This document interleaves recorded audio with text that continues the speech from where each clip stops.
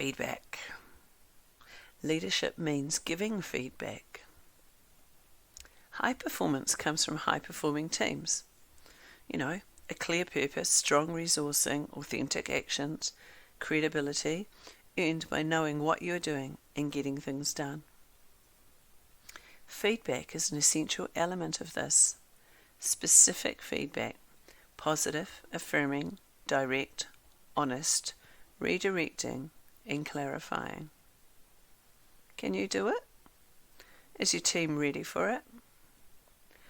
Tuckman's work looked at all the phases of team formation, storming and norming, that stuff.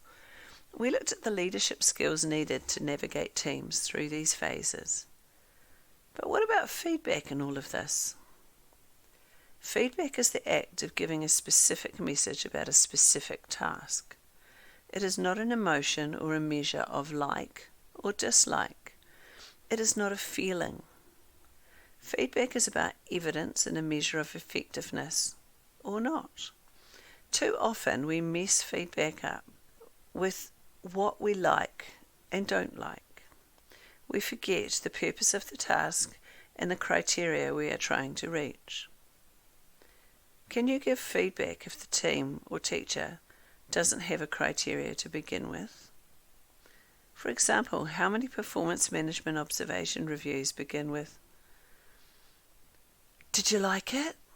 from the person being observed, or with the evaluator going for that positive sandwich and starting with something they liked and something good, then the negative slam comes, the next step put in there, and then we finish off with a positive.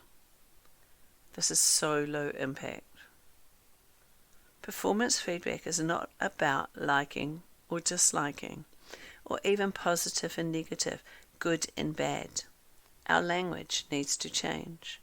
Performance feedback is about effectiveness or ineffectiveness, accomplishment or not, successful or unsuccessful. It is about evidence and task. Too often we mess this up.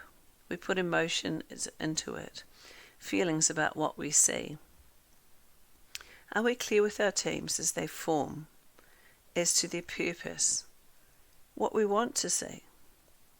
Are we clear before an observation of the criteria for success? Do we share this?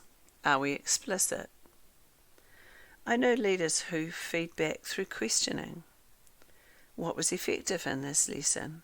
Or what is effective in this team? Why? Who has the greatest impact on the team? Why? What was the strength in your lesson? How do you know? How can this be improved or transferred to another setting or another subject? What needs to change? What do we keep doing? Stop doing? Start doing? It is talking about the task, talking about action and inaction, and the impact of this. I must admit that this is my main mode of operation. It brings greater understanding and ownership of the behaviours, task and action. Other leaders prefer to simply tell. This was effective and this wasn't. Change this, improve this. Yeah, this works, but I'm more about developing a culture of ownership and bringing this style out. Only when there is a need for silence and direction is when I use this one. Feedback and culture tie closely together. What culture have you established with your team?